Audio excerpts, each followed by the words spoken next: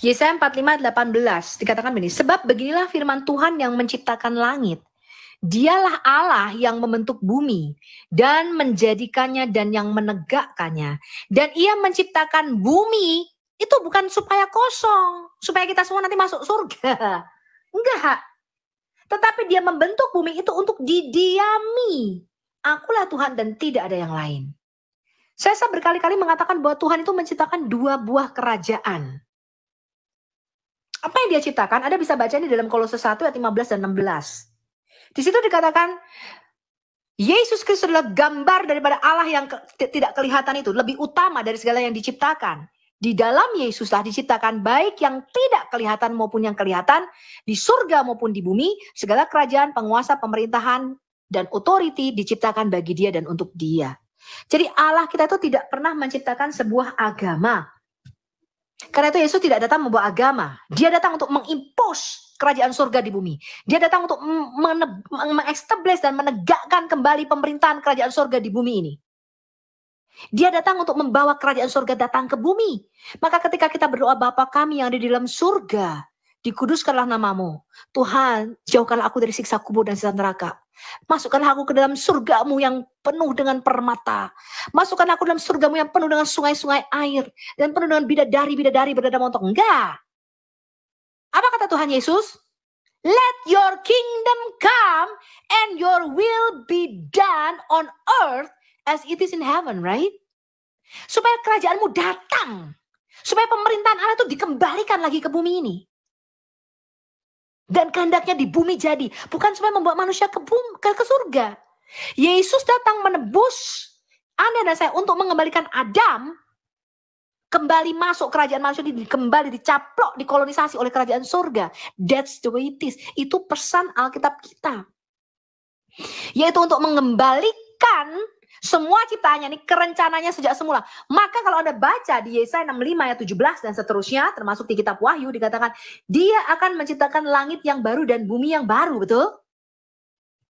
Kenapa? Supaya pemerintahannya bisa benar-benar diimpos ke bumi. Supaya pemerintahan kerajaan surga benar-benar ditegakkan di bumi, maka bumi ini harus dibaharui. Dari kutuk dan hukuman. Karena bumi yang pertama dan langit yang pertama ini udah kena kutuk. Betul? Dan Tuhan tidak bisa tinggal di tengah-tengah kita di bumi yang sudah kena kutuk. Karena itu dikatakan aku akan, yang lama jangan kamu ingat-ingat lagi, yang lama sudah berlalu. I will create it a new heavens and a new earth. Dia mengembalikan lagi waktu manusia diciptakan dan manusia diciptakan. Tuhan itu tidak menghendaki ada sakit penyakit. Tuhan itu tidak pikir gini, nanti kamu kena COVID ya nak. Tak kasih wabah penyakit. Tak kasih kanker, tumor, saraf kejepit, diabetes, kolesterol, darah tinggi, tulang kejepit, apa meneh. Gigimu akan semakin rontok, rambutmu akan semakin rontok dan botak dan memutih. Kulitmu akan semakin keriput, kamu akan kena penyakit lalu kamu akan mati. Apa itu rencana Allah ketika menciptakan Anda dan saya untuk mati? Seperti kata Muslim, kematian adalah takdir daripada Allah. Tidak. Itu bukanlah rencana Allah sejak semula ketika dia menciptakan Anda dan saya. Allah menciptakan Anda dan saya itu baik. Ketika dia menciptakan bumi, daratan, lautan, tumbuhan, binatang-binatang, Tuhan melihat segalanya itu baik, betul? Dia tidak ada kutuk, nggak mengutuk dia, betul? Nggak ada kutuk. Right? Saya ingat sekali perkataan, mungkin Pak Dadru ya waktu itu yang ngomong ya. Pak Dadru mengatakan bahwa tumor atau cancer di dalam tubuh seseorang itu adalah tubuh kita mendapatkan informasi yang tidak beraturan atau informasi yang tohu babohu, informasi yang acak-acakan. Itu Pak Dadru bukan yang ngomong ya? Bukan Bu, bukan. Oh, bukan ya? Siapa yang ngomong ya? Mungkin saya lupa juga, tapi memang begitu Bu. Kayaknya Pak Dadru kok saya ingat yang ngomong.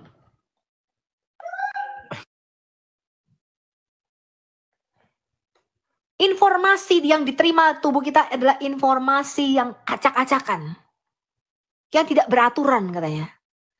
Lalu dari perkataan itu saya ingat, harusnya Pak Dadru yang ngomong waktu itu. Lalu saya ingat Yohanes 1 ayat 1-3. Lalu saya ingat Kejadian 1 ayat 1 sampai 3. Pada waktu bumi ini acak-acakan dan kacau balau dan kegelapan itu melingkupi bumi. Bumi ini menerima informasi yang kacau balau, ketidakberaturan.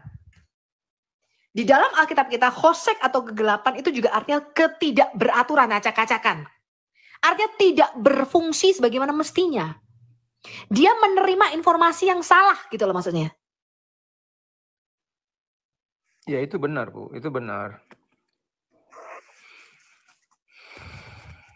Kata or jadilah terang di dalam. Terang itu juga berarti obscure, artinya sesuatu yang bisa kamu di dalam terang kamu tuh bisa membedakan, kamu bisa discern. Discern tuh artinya, oh lu tahu ini ada meja di sini, ada kursi di sini, ada gunung di sini, ada laut. Kamu bisa melihat. Tapi kalau kegelapan, dikatakan kegelapan itu sama dengan kebodohan. Jadi dalam Alkitab kita orang yang bodoh itu adalah orang yang berada dalam kegelapan. Sampai sini ngerti teman-teman? Orang yang pintar itu dicerahkan dia, diiluminasi dia. Dia tinggal dalam terang. Dia punya hikmat. Ngerti ya? Dan permulaan hikmat adalah takut akan Tuhan. Karena dikatakan adalah firman Tuhan adalah terang bagi jalanku dan pelita bagi kakiku dan terang bagi jalanku. Jadi kita diiluminasi, diterangi oleh firman Tuhan. Betul? Tuh, Sophie.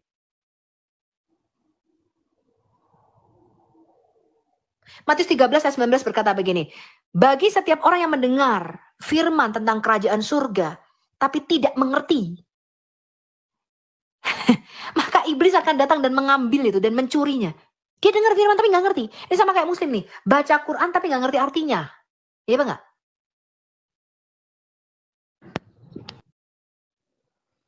Iya. Bu, Bagaimana Bu mungkin Sophie, baca? Ya.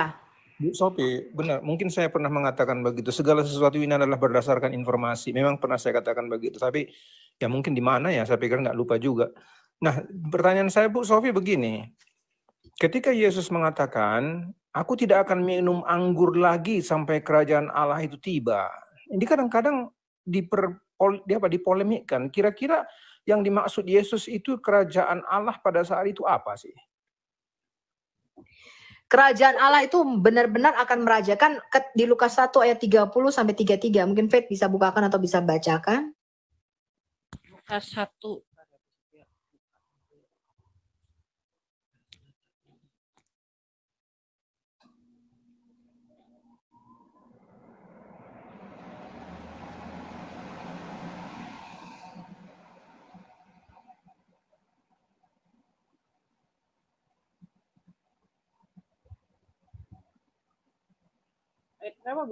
Karena dipolemikkan itu kan akhirnya kan begini, kan minum anggur itu kan nggak ada nggak akan terjadi sampai di surga atau di mana kan begitu. Jadi ada minum anggur di surga, maksud mereka begitu. Enggak, Tapi di langit yang baru dan bumi yang baru.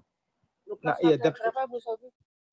Lukas 1 ayat 30 sampai 33.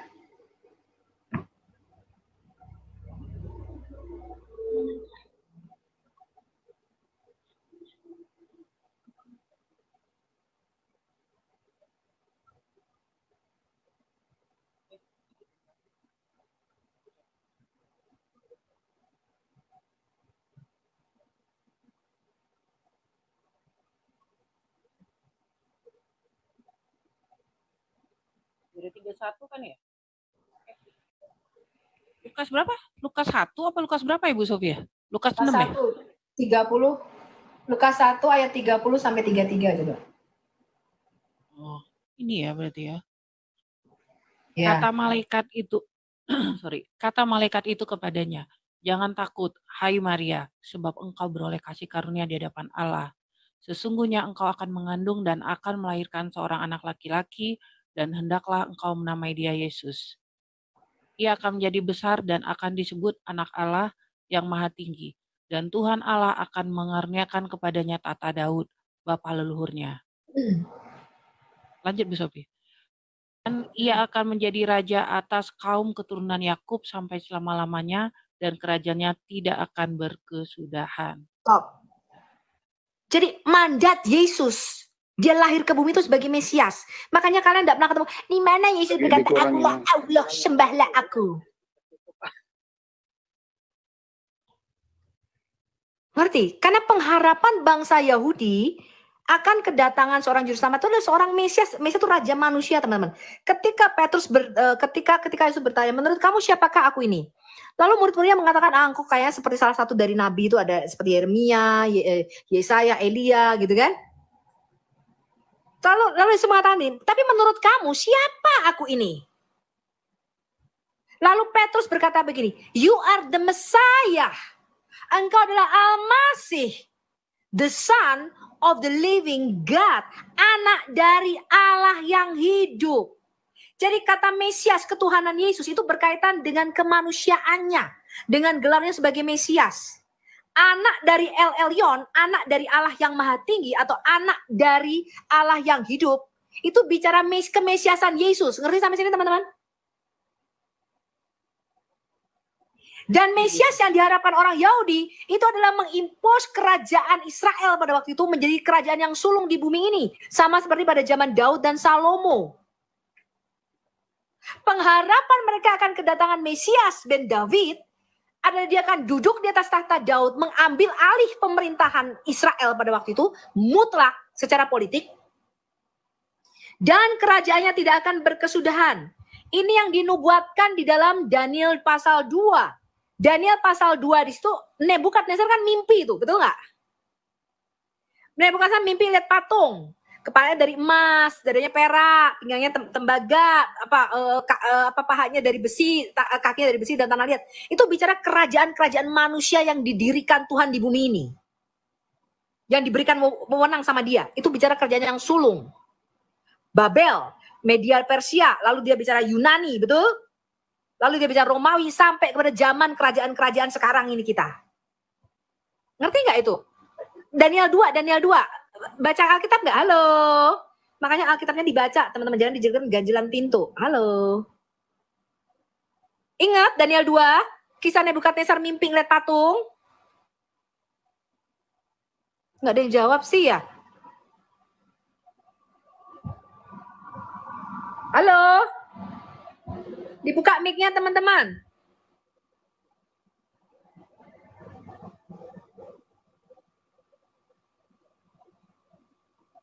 Ini aku yang mati apa gimana sih? Suaraku kedengeran nggak nih? Dengar. Daniel 2, Jelas. betul? Kisah mengenai Nebukadnezar lihat patung, betul? Betul. Itu bicara kerajaan-kerajaan manusia di bumi ini. Lalu dikatakan dia melihat seungkit batu yang terungkit lepas tanpa perbuatan tangan manusia. Lalu batu ini menghancurkan patung yang dilihat Nebukadnezar itu, betul? Lalu batu ini menjadi satu gunung yang besar. Itulah disebut kerajaan Mesias yang tidak akan berkesudahan di bumi ini, betul? Halo. Oh ya, betul. Jadi Yesus datang itu bukan aku Allah sembah laku, enggak begitu misinya dia. Dia datang sebagai Mesias yang mengambil alih kerajaan Adam yang dihilangkan oleh Adam di Kejadian 3. Dia datang menjadi raja manusia. Mudeng. Jadi Yesus disebut Tuhan karena apa? Karena Adam itu Tuhan di bumi. Yod-Heh-Vaveh itu adalah Tuhan di surga. Dia raja surga. Dia memerintahnya di kerajaan roh karena Allah kita itu roh. Tetapi Adam itu adalah Tuhan di bumi. Adam itu raja di bumi. Siapa yang ngerti itu? Dan Yesus datang ke bumi itu untuk mengambil alih posisi Adam. Dia datang sebagai Adam yang kedua. Sampai sini ngerti? Ngerti Bu Sofi, lanjut. Kenapa dia harus datang sebagai Adam yang kedua? Ini bagi Anda yang belum ngerti ceritanya, saya ulangi sekali lagi. Ketika Allah itu, dia adalah the creator, dia pencipta, dia the great designer. Dia pencipta alam semesta ini. Dia yang mendesain seluruh alam semesta ini. Ya. Seorang pencipta, sebelum dia memproduksi massal, ini saya kasih tahu kamu nih, misalnya nih, penemu HP, iPhone, laptop, meja, kursi, lemari, AC, mobil, pesawat terbang. Apapun itu, sebelum nih Wright bersaudara ini menciptakan pesawat terbang, bisa terbang-terbang itu, dia itu menciptakan dulu di dalam logosnya. Betul nggak? Betul nggak? Nah, Dia pikir itu. dulu Betul deh. Bu Sofi. Hah? Isinya itu Dia di dalamnya pikir. itu. Gimana caranya manusia bisa terbang seperti burung ya? Dia mikir toh, betul gak? Dia ciptakan tuh dalam logosnya, dia udah punya pikir. Oh berarti nanti gue ciptain satu benda yang ada sayapnya 2 nih, persis kayak burung. Biar bisa terbang. Lalu dia pikir bagaimana caranya aku melawan hukum gravitasi ini? Pakai hukum apa? Pakai hukum angkat namanya. Makanya dia bisa terbang. Bagaimana caranya hukum angkat ini bisa dijalankan? Dia mikir tuh, ciptakan itu. Dia created sebelum pesawat itu jadi seperti yang Anda dan saya lihat. Itu udah ada di dalam logosnya penciptanya dulu, betul. Dia mau ciptain AC. Dia udah mikir dulu, ih udara panas banget nih ya. Gimana caranya bisa adem? Pakai apa ya? Gue mau ciptain satu alat yang bisa mendinginkan suhu. Betul nggak? Dia desain dulu di dalam logosnya, blueprintnya dia cetak, lalu dia bikin itu, dia bikin blueprintnya itu, betul? Ya betul itu betul. Sebelum saya kasih tahu Anda, sebelum diedarkan massal, sebelum diproduksi massal, sebelum AC, meja, kursi, iPhone, laptop ini diproduksi massal, seorang pencipta itu dia akan bikin prototipenya dulu, ya kan enggak? Dia bikin cetakan awalnya dulu. iPhone 14 ini yang saya punya, contohnya. Prototipe iPhone 14 itu 6,1 inci. Dimanapun Anda beli di Indonesia, di Amerika, di seluruh dunia ini, kalau Anda beli iPhone 14, ya pasti dimensinya harus 6,1 inci, betul? Harus mengikuti prototipenya. Di dalam Alkitab kita dikatakan di 1 Timotius 2 ayat 13 dikatakan, yang pertama kali diciptakan itu adalah yang jantan lebih dulu. Yang maskulin, baru Hawa kemudian diciptakan. Adam dan Hawa yang manusia yang pertama itu adalah prototipe daripada manusia. Manusia yang lain itu ngikuti cetakan awalnya ini loh. Makanya kalau ada manusia hidungnya 2, misalnya nih, satu nih ada kamu melahirkan bayi misalnya, satu hidung di depan, satu hidung di belakang. Itu kira-kira salah cetak nggak itu? Atau cacat produksi itu? Anda pasti akan heran. Hah? Bu, cacat itu mah. Pasti kan akan heran. Kenapa? Karena nggak ngikuti prototipenya, betul? Ya, salah cetak namanya. Ada manusia kepalanya 2, ini kan nggak wajar, betul nggak? Betul. Ada manusia matanya 3 misalnya, Anda melahirkan bayi, anak gue matanya 3. Ini salah produksi, kenapa? Nggak wajar, dia tidak mengikuti prototipenya. Cacat produksi namanya. Ya, atau satu lah intinya. Kisah Rasul 17 ayat 26 berkata, dari satu darah, dari satu orang, dari DNA-nya Adam, dikatakan begitu, dijadikanlah semua manusia di muka bumi ini, betul? Betul, Bu. Sebelum Anda dan saya itu diproduksi massal nih loh, sekarang yang miliaran manusia ini adalah hasil produksi massal spermanya Adam. Allah itu bikin prototipenya dulu, yaitu Adam yang pertama. Kata Adam di dalam Kejadian 1 ayat 26, coba buka kata Kejadian 1 ayat 26. Kenapa aku yang dibesarin, kamu aja yang dibesarin? Ini diceritakan Bu Sufi, ini namanya di Islam Tauhid. Islam tauhid, nggak ada tauhid.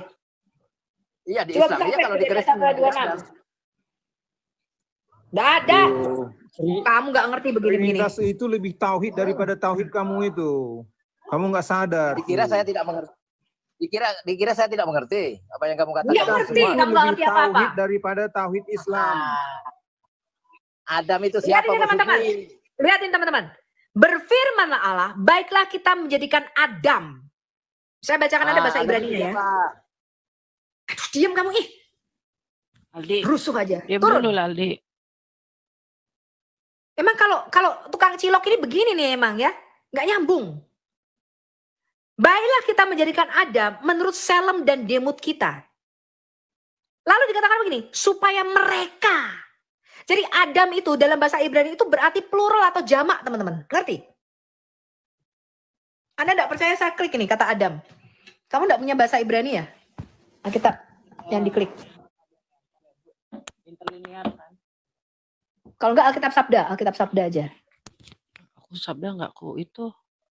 Tar, di Kejadian kan ini Bu? Yang Kejadian 1:26 tadi kan? Tar. Saya klik kata Adam. Bentar ya. Online Hebrew interlinear. Kata Adam itu adalah jamak. Maskulin jamak, teman-teman. Siapa yang ngerti ini? Jadi ketika Tuhan di Kejadian 1 ayat 26, dia berkata, aku mau ciptain Adam. Itu artinya dia menciptakan satu jenis spesies baru. Jenis spesies baru yang artinya mankind atau kemanusiaan. Tuh lihat di situ tuh.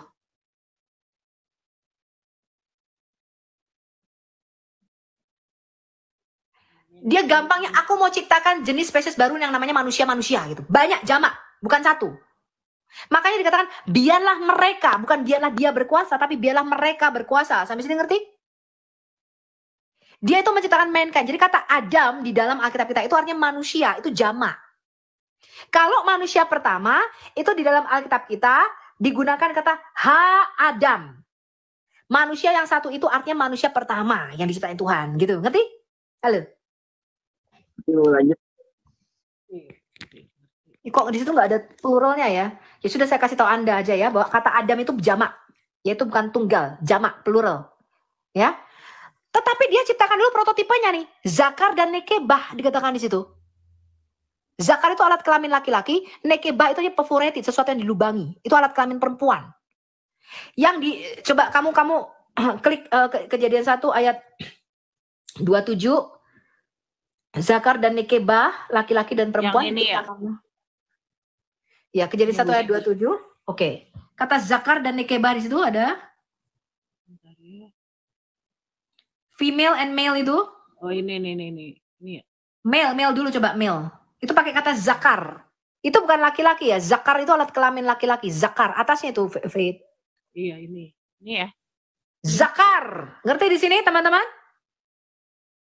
Zakar. Ini lihat tuh kata zakar. Ya. Lalu nekebah, kita lihat nekebah. Yang female ya. Female nekebah. Nekebah itu artinya sesuatu yang berlubang. Sampai sini ngerti? Ngerti, Bu. Alright. Dia ciptakan satu prototipe manusia di situ. Lalu ketika Adam yang pertama, prototipe manusia, dia tuh imam besar kita yang pertama ya. Adam yang pertama, itulah imam besar kita. Artinya dia yang mewakili seluruh manusia di hadapan Allah. Hanya dia yang masuk ke Taman di Eden. Ya, Taman di Eden adalah sebuah taman yang tertutup. Ketika Adam dan Hawa ini diciptakannya, laki-laki dan perempuan yang pertama, prototipe daripada manusia pertama yang diciptakan. Ketika mereka jatuh dalam dosa, maka kita buka Kejadian 5 ayat 1-3, bacakan. Kejadian 5 ayat 1-3.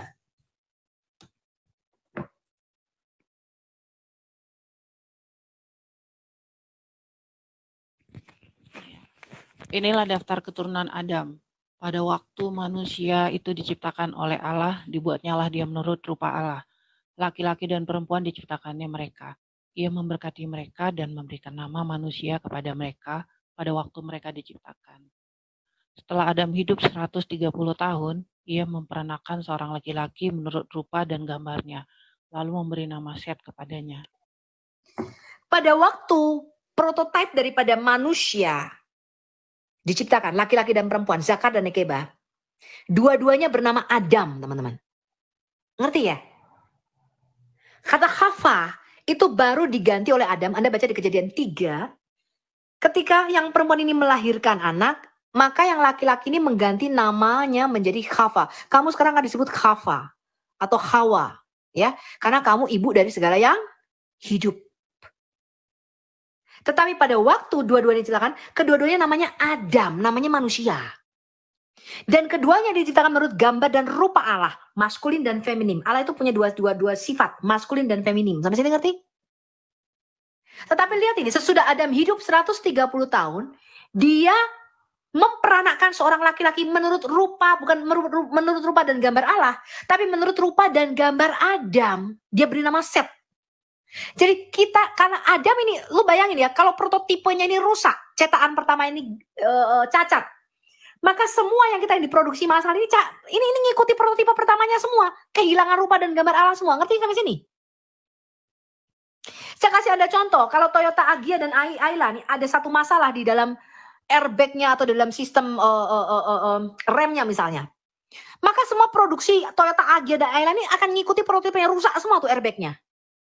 Sampai sini ngerti? Lalu caranya gimana?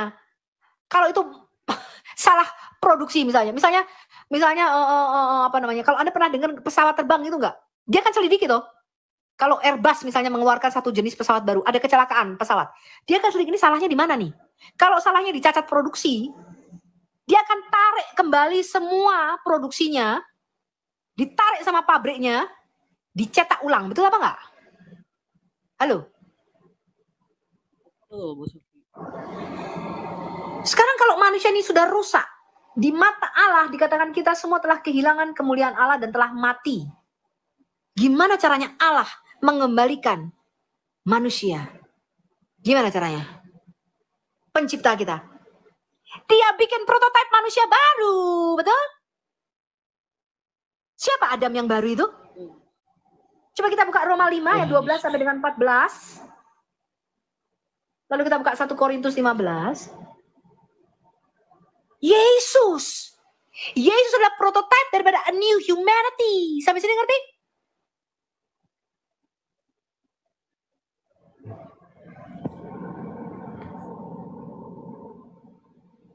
Dia cetak ulang itu manusia. Coba kita baca. Roma 5 ayat 12 sampai dengan 14 apa katanya? Sebab itu sama seperti dosa telah masuk ke dalam dunia oleh satu orang, dan oleh dosa itu juga maut, demikianlah maut itu telah menjalar kepada semua orang, karena semua orang telah berbuat dosa. Sebab sebelum, itu ya Bu Sobi ya? Sampai ayat berapa Bu Sobi? Sebab sebelum hukum 14. Taurat telah ada di dunia, tetapi dosa itu tidak diperhitungkan kalau tidak ada hukum Taurat. Sungguh pun demikian, maut telah berkuasa dari zaman Adam sampai kepada zaman Musa juga atas mereka yang tidak berbuat dosa dengan cara yang sama seperti yang telah dibuat oleh Adam, yang adalah gambaran Dia yang akan datang. Adam adalah gambaran Yesus yang akan datang. Anda mau tahu Yesus, Anda mesti kenali Adam dulu. Ini orang Wanes begini-begini nggak ngerti. Orang Wanes itu menolak kemanusiaan Yesus. Anda ngerti? Yesus itu disebut Adam yang kedua atau the last Adam. Kita buka 1 Korintus 15 ayat 44 sampai 47. 45 lah, 45 sampai 47. 1 Korintus 15 ayat 45 sampai dengan 47.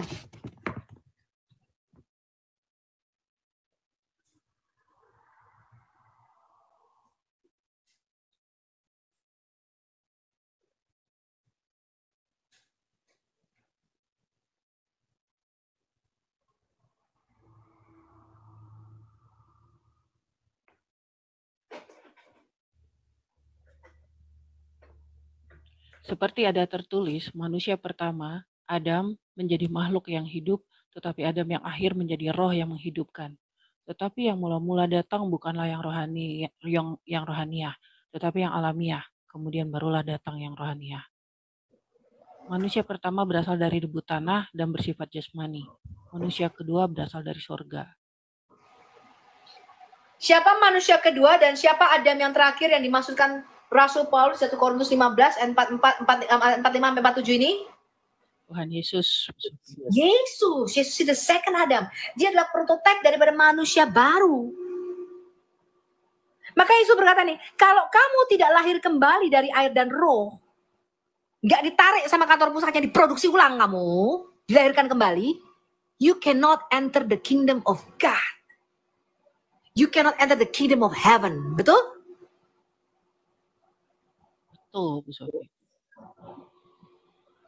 Kamu mesti ditarik kembali, diproduksi ulang. Gitu loh. Lalu Nikodemus berkata, aku udah tua. Bagaimana mungkin aku bisa masuk kembali ke dalam rahim ibuku?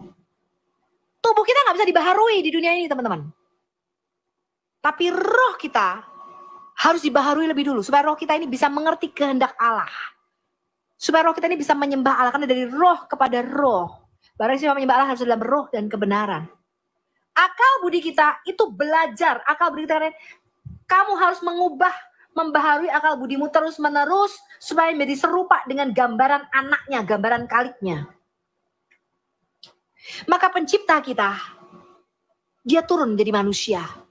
Untuk memberikan kepada kita suatu role model. suatu prototipe. Ini loh caranya kamu jadi manusia yang sejati, yang menurut kehendakku. Maka ketika Bapa berkata, inilah anakku yang kukasihi, kepadanya lah aku berkenan, dengarkanlah dia. Parafrase saya mengatakan begini, ini loh manusia Adam, anak Allah yang aku mau, yang kayak anakku, yang kayak begini loh. Kamu harus menjadi serupa dengan dia. Maka dikatakan kita semua dirubah serupa dengan gambaran anaknya, betul?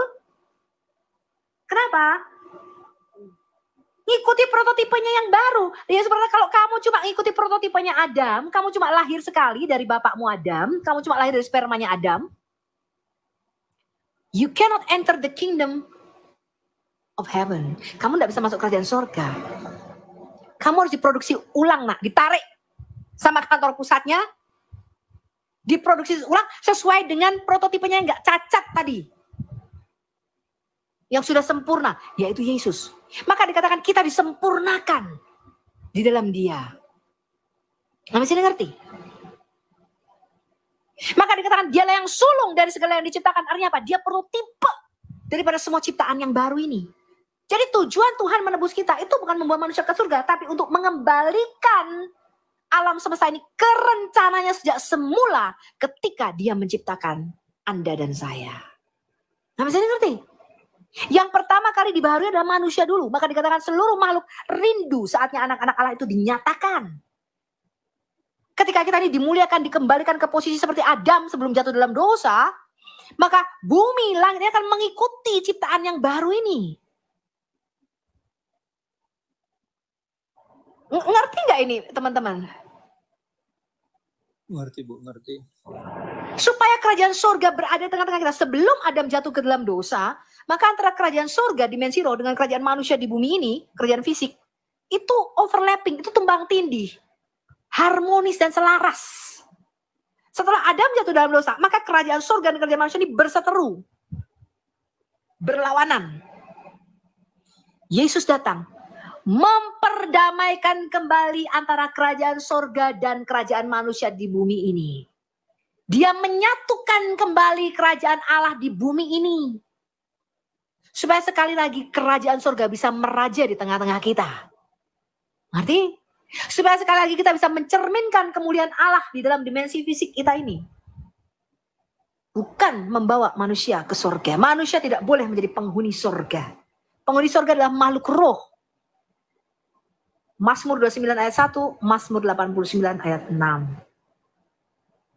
Manusia itu diciptakan untuk menghuni bumi tadi loh.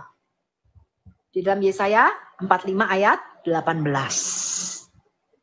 Supaya menghuni kerajaan di bumi, supaya mencerminkan mewakili kerajaan surga yang adalah roh yang tidak kelihatan itu di bumi. Itu adalah the great design. Itu adalah rencana Allah sejak semula. Ketika menciptakan manusia untuk duduk bersama Dia di sebelah kanannya, memerintah bersama Allah. Dia kata duduk di sebelah kanan adalah memerintah bersama Allah. Di mana Allah kita itu memerintah dalam kerajaan surga dan Adam itu menjadi Tuhan di bumi ini. Sampai sini ngerti?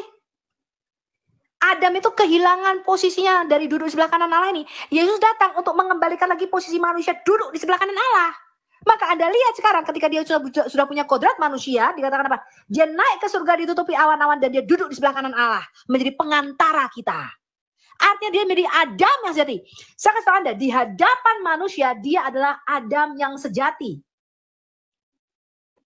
Saya bacakan Anda ini kalau Anda tidak percaya dia pengantara. Coba kita buka 1 Timotius 2 ayat 5.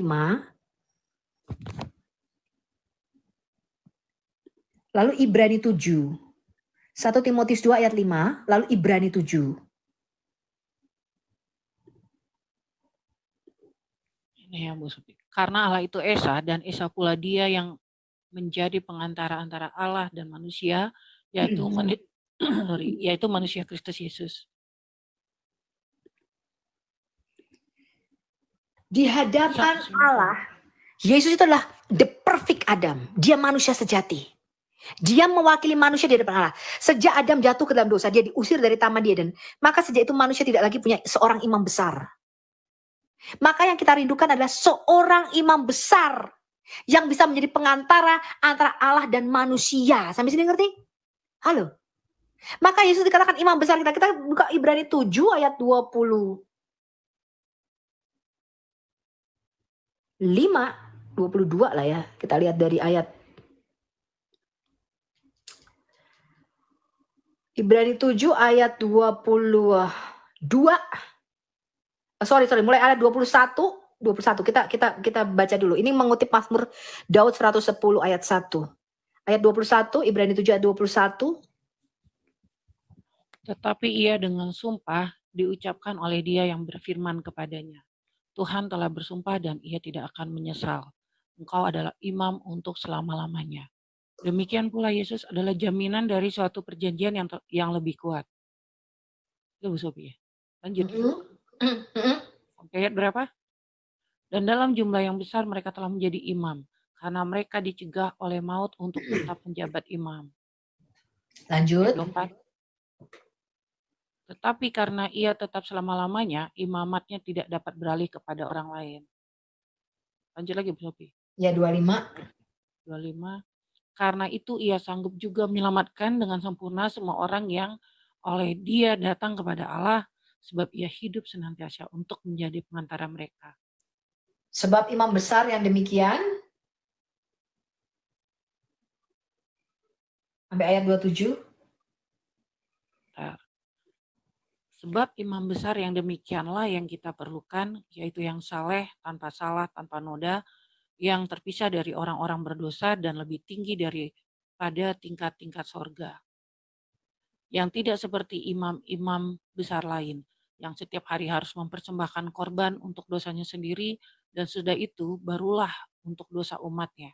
Sebab hal itu telah dilakukannya satu kali untuk selama-lamanya, ketika ia mempersembahkan dirinya sendiri sebagai korban. Stop. Kita kembali ke atas tadi. Di ayat 21 tadi, penulis Ibrani ini mengutip Mazmur 110 ayat 4. Tuhan telah bersumpah dan dia tidak akan menyesal. Engkau adalah imam untuk selama-lamanya menurut peraturan Melkisedek. Artinya dia imam sekaligus raja. Imam, saya kasih tahu Anda, kenapa itu disebut imam besar kita? Karena imam besar itu haruslah seorang manusia. Yesus itu harus punya kodrat manusia. Sampai sini ngerti teman-teman? Kemanusiaan Yesus ini jarang diajarin sama gereja, betul? Halo? Ya enggak? Betul apa enggak? Betul, Bu Sophie. Betul. Sehingga banyak orang menyangkal sama gereja, betul? Nah ini nih, jagonya datang. Shalom Ibu Sophie. Salam Pak Erben. Salam. Oke, silakan lanjut. Lanjut nih, Pak Erben juga ngajari hal yang sama ya. Saya rasa kita saling melengkapi. Seharusnya Pak Erben setuju dengan apa yang saya ajarkan. Imam itu haruslah punya kodrat manusia, harus mewakili seorang manusia. Saya kasih tahu Anda, imam di dalam Alkitab itu bukan seperti dalam pandangan Islam, pemimpin sholat. Ngerti? Bukan. Imam besar Harun, kalau Anda baca, ya saya sudah berkali-kali ngajar, jabatan imam dengan jabatan nabi itu bertolak belakang, berkebalikan. Nabi itu adalah juru bicara Allah, kepanjangan lidah Allah. Dia berbicara untuk kepentingan Allah di hadapan manusia. Itu nabi. Imam itu bukan juru bicara Allah. Imam itu juru bicara umat. Dia berdiri di hadapan Allah mewakili umat untuk kepentingan umat. Sampai sini ngerti? Makanya kalau imam besar Harun, Anda baca di dalam kitab imamat, keseluruh imamatan kita. Tipologi Harun. Ketika imam besar Harun itu masuk ke ruang Maha Kudus yang setahun sekali, maka di kakinya itu akan dipasang rantai bel buah delima bel sehingga bunyi. Kalau imam besarnya itu mati di ruang Maha Kudus karena dia berdosa, maka mayatnya akan diseret keluar karena nggak ada yang boleh masuk ke ruang Maha Kudus. Itu gambaran taman di sebelah timur di Eden. Ya, ruang Maha Kudus itu adalah taman di sebelah timur di Eden. Diseret mayatnya keluar. Kalau imam besarnya itu berdosa dan dia mati di ruang Maha Kudus, maka selama 1 tahun itu Allah akan menganggap seluruh bangsa Israel berdosa dan dosanya itu tidak diampuni Tuhan. Kena kutuk itu. Bisa ada sakit penyakit, bisa ada wabah, macam-macam pokoknya lah. Kenapa? Karena berarti persembahannya nggak diterima sama Tuhan. Kenapa? Imam besarnya. Tuhan tidak melihat bangsa Israelnya, dia melihat imam besarnya. Jadi imam besar ini mewakili umat di hadapan Allah. Makanya ketika imam besar Harun masuk ke ruang Maha Kudus, dia mengenakan baju efod. Di mana ada 12 batu di dadanya yang masing-masing diukirkan nama anak-anak Israel. Dan di bahunya 6 di kanan, 6 di kiri. Dia membawa beban. Dia mewakili seluruh bangsa Israel di hadapan Allah. Sampai sini ngerti teman-teman? Yes, setuju. Iya, Bu Sophie. Maka begitu Adam yang pertama itu jatuh ke dalam dosa, karena Adam itu imam besar kita yang pertama, dia masuk di dalam taman di Eden, maka seluruh umat manusia turut jatuh dalam dosa karena imam besarnya berdosa. Begitu loh teman-teman, mudah nggak? Tadi Roma 5 ayat 12 sampai dengan 14, dalam persekutuan dengan Adam kita semua mati. Karena Adam itu imam besar kita. Dia mewakili seluruh manusia di hadapan Allah. Tetapi dalam persekutuan dengan imam besar kita yang kedua yaitu Yesus, kita memperoleh kehidupan yang kekal. Yesus datang sebagai prototipe manusia baru. Sebagai yang sulung dari semua yang diciptakan ulang, itu maksudnya. Kemanusiaan Yesus sangat amat penting diajarkan. Orang Wanes itu menolak Yesus sebagai imam besar karena mereka menolak kemanusiaan Yesus. Imam besar itu artinya mewakili manusia di hadapan Allah. Sejak zaman Adam jatuh dalam dosa di Kejadian 3, maka manusia itu tidak punya lagi imam besar. Ada lihat itu di dalam kitab Ayub 1 ayat 6, Ayub 2 ayat 1, 1 Raja-Raja 22. Ketika ada sidang ilahi di surga termasuk di Daniel 4. Maka manusia tidak punya seorang imam besar yang menjadi pembela di hadapan Allah, betul? Setiap keputusan dalam sidang kerajaan surga langsung kena dampaknya kepada dimensi fisik kita. Sampai sini ngerti?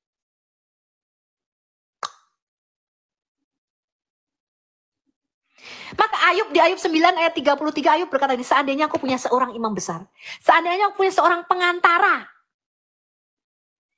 seandainya aku punya seorang wasit yang bisa menjadi pengantara perkaraku, yang bisa membela perkaraku di hadapan Allah. Karena Allah itu bukan manusia. Harus ada jembatan yang menjadi pengantara antara Allah dan manusia. Itulah jembatan atau sulam atau tangga yang dilihat Yakub di Kejadian 28. Dan Yesus berkata di Yohanes 1 ayat 52. Akulah tangga atau sulam yang dilihat Yakub itu. Akulah jembatan yang menjadi pengantara antara dimensi roh dengan dimensi fisik. Karena itu dia harus punya dua kodrat, yaitu Allah sekaligus manusia. Anda nggak percaya ini? Kita buka tadi Ibrani 7. Kemanusiaan Yesus, kita buka 2 Korintus 11.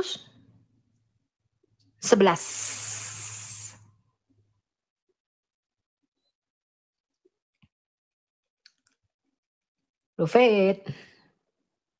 Bentar Bu Sophie, lagi itu lobet tadi itunya apa tabletnya, bentar ya. Oh ya. 2 Korintus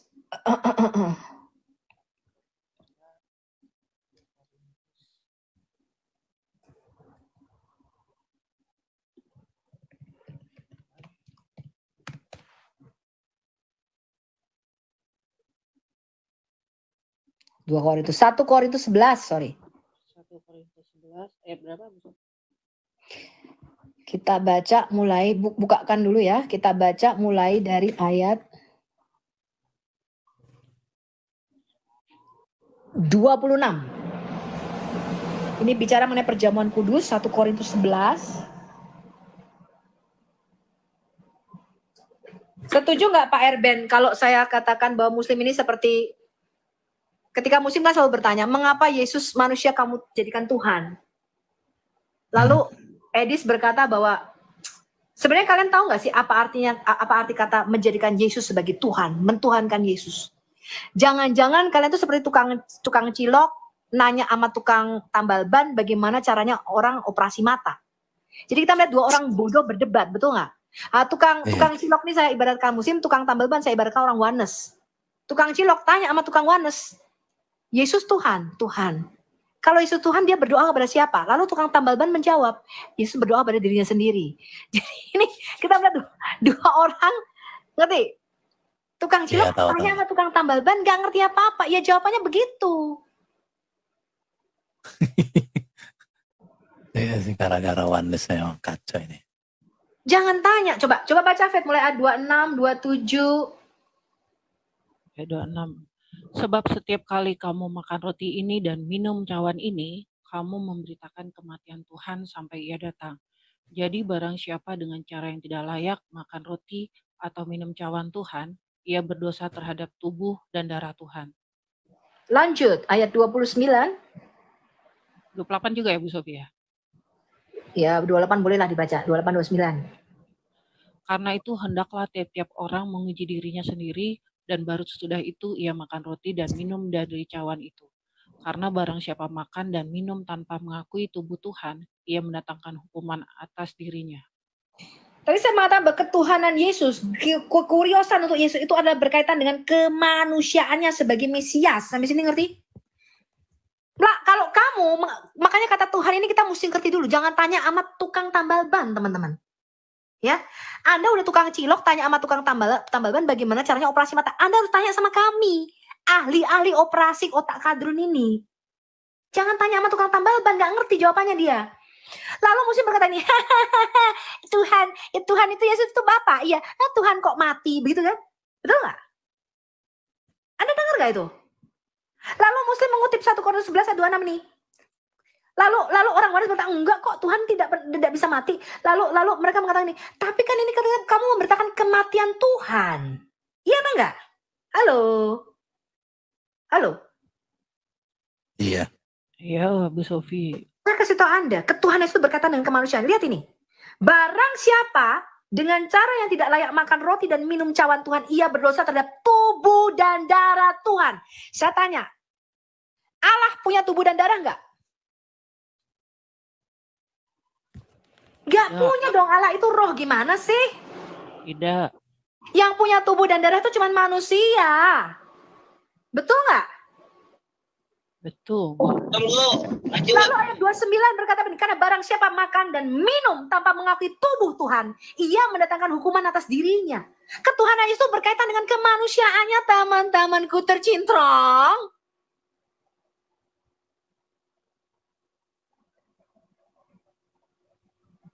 Ya, Bu Sofi. Ya, ini yang orang waras itu nggak mudeng-mudeng dikasih tahu, nggak mudeng-mudeng.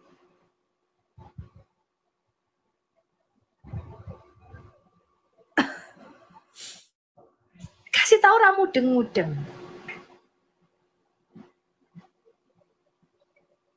Oke, sekarang kita lihat 2 Korintus 11. Tadi 1 Korintus 11, sekarang kita lihat 2 Korintus 11 ayat 31. Jadi kalau ditanya, Muslim nanya begini, Bu, coba buka Lukas 2 ayat 11. Malaikat datang kepada para gembala dan berkata, hari ini telah lahir bagimu Mesias, Kristus Al-Masih, Tuhan di kota Daud, betul? Betul. Yesus Tuhan, Bu Sopi. Yesus Tuhan, gue bilang. Buka Bu Sopi ayat 20 dan ayat 21 dan 22-nya. Setelah genap 8 hari Yesus disunatkan dan dia bernama Yesus seperti nama yang malaikat itu beritahukan kepada ibunya sebelum dia dilahirkan. Lalu setelah genap pada hari pentahiran, Maria ibunya membawa Yesus ke bait suci untuk diserahkan kepada Tuhan. Tuhan kok diserahkan kepada Tuhan, Bu Sopi? Lu tanyanya harus ke kita, jangan lu tukang cilok, tanyanya sama tukang tambal ban. Gak ngerti tukang tambal ban jawabnya, betul? Betul sekali. Ketuhanan Yesus itu karena dia Mesias. Kamu baca di dalam seluruh Alkitab kita, ketuhanan Alkitab perjanjian betul mementingkan kemanusiaan Yesus.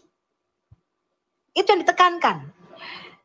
Kemanusiaan Yesus sangat amat penting sehingga Yesus berkata begini, tubuhku dan darahku benar-benar makanan dan minuman. Barang siapa tidak makan daging anak manusia dan tidak minum darahnya, dia tidak mempunyai hidup yang kekal di dalam dirinya, betul? Jangan kemana-mana, Fet, di sini aja. Buka 2 Korintus 11 ini, ayat 31. Kemanusiaan Yesus memberi kita hidup yang kekal. Penting, sangat penting diajarkan oleh gereja. Anda menyangkal kemanusiaan Yesus, Anda antikristus. Cuma gereja nggak menekankan ini. Kemanusiaannya itu memberi kita hidup kekal, teman-teman. Kalau Allah itu nggak punya daging dan darah, kalian gimana sih? Allah itu roh. Sekarang kita lihat ini, 2 Korintus 11 ayat 31. Allah yaitu Bapa dari Yesus Tuhan kita, betul? Betul. Yesus itu disebut Mesias Tuhan karena dia tuh Tuhan di bumi. Dia bergelar Tuhan di atas segala Tuhan dan Raja di atas segala Raja di bumi. Dia mengambil alih lagi ketuhanan Adam yang dihilangkan Adam di Kejadian 3 tadi. Dia mengambil alih lagi kerajaan yang dihilangkan Adam di Kejadian 3 tadi. Dia mengambil alih lagi keimamatan Adam yang jatuh di Kejadian 3 tadi. Bersama dengan jatuhnya Adam, imam besar kita yang pertama, raja yang sulung di bumi ini, maka jatuh pula keimamatannya. Kita kehilangan kerajaan Adam di bumi. Dia pindahkan kerajaan Adam di bumi di bawah kerajaan maut. Sehingga kita semua berada di bawah kerajaan kematian. Dikatakan Alkitab berkata begitu. Yang ketiga, kita kehilangan dominion, kuasa untuk memerintah bumi ini. Itu yang dihilangkan Adam. Dan itu dikembalikan Yesus.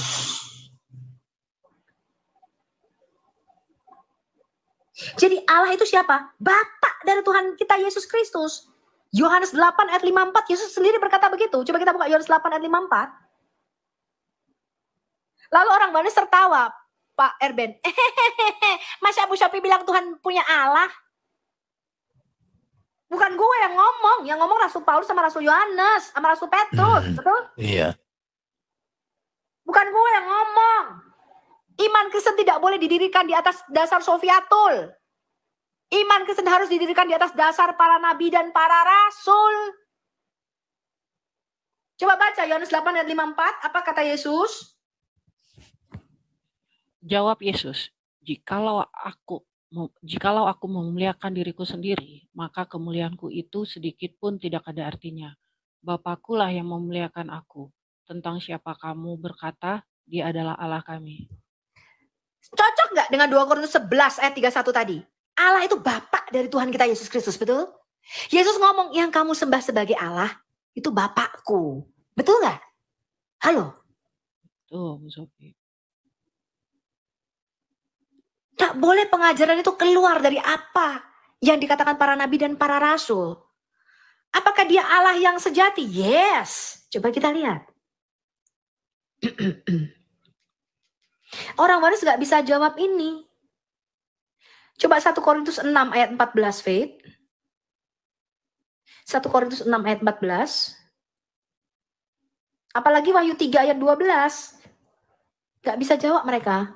1 Korintus 6 ayat 14.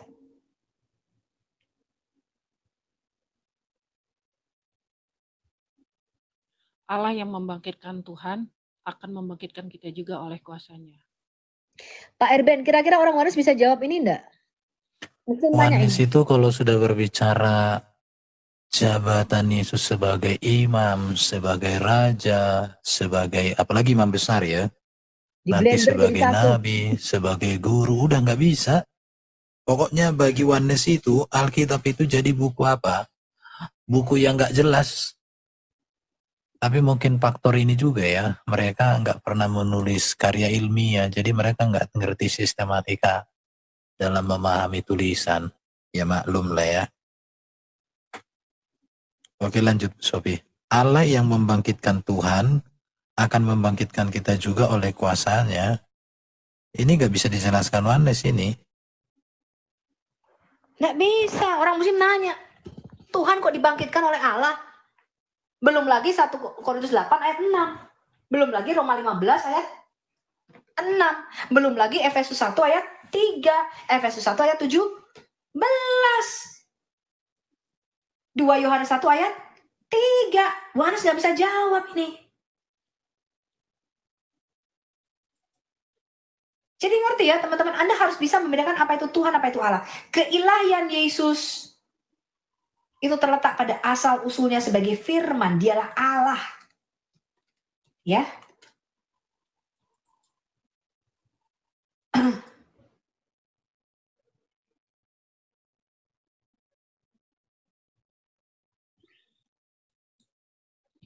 Oke.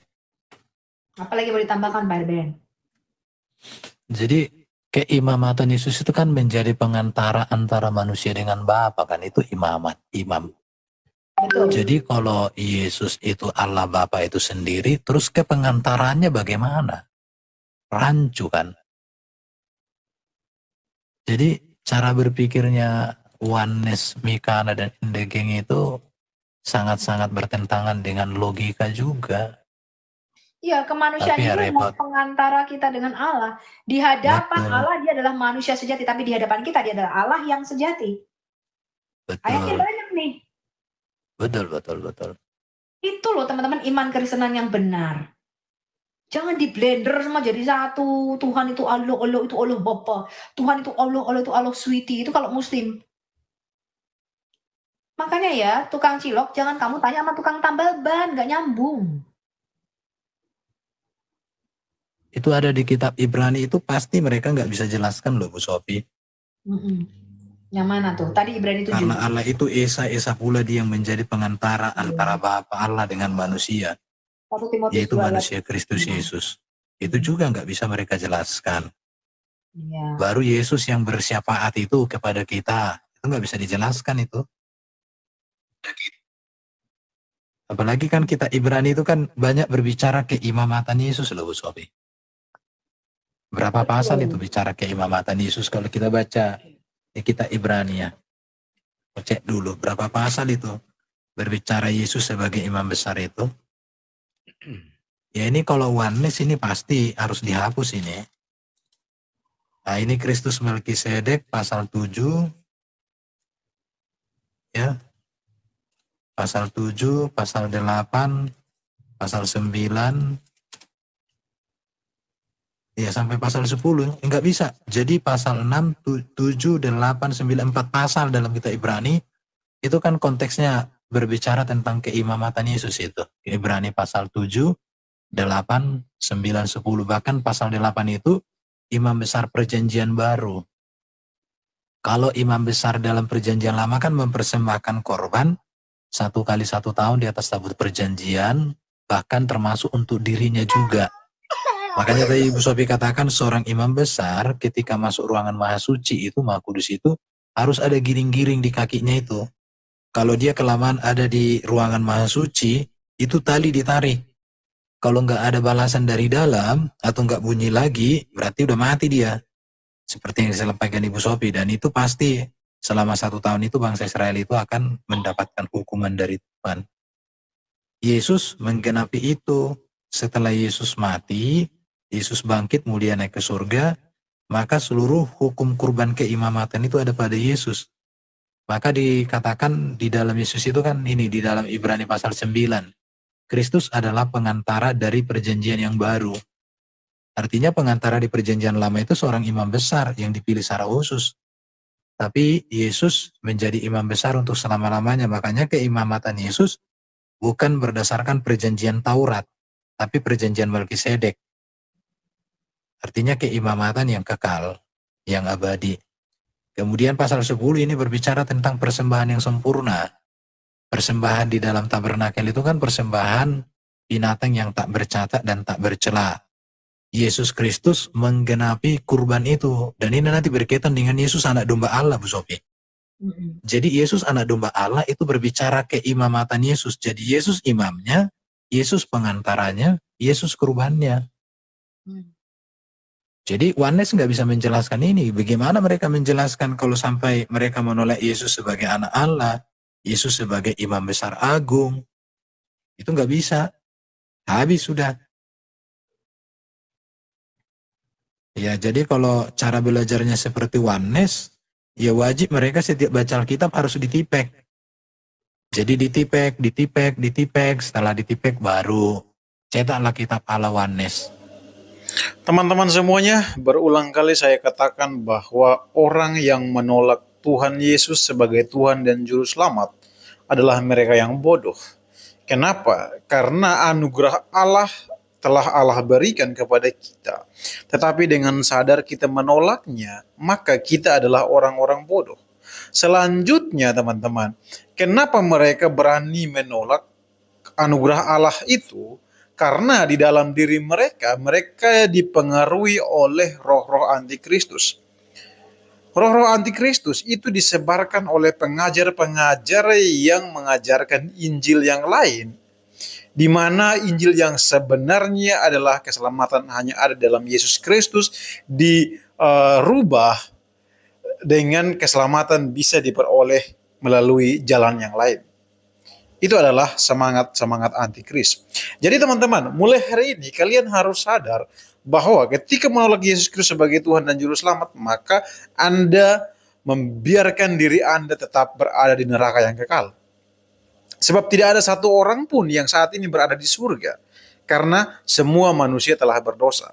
Nah, untuk bisa sampai ke surga, satu-satunya jalan, satu-satunya cara adalah percaya kepada Tuhan Yesus Kristus sebagai Tuhan dan Juru Selamat.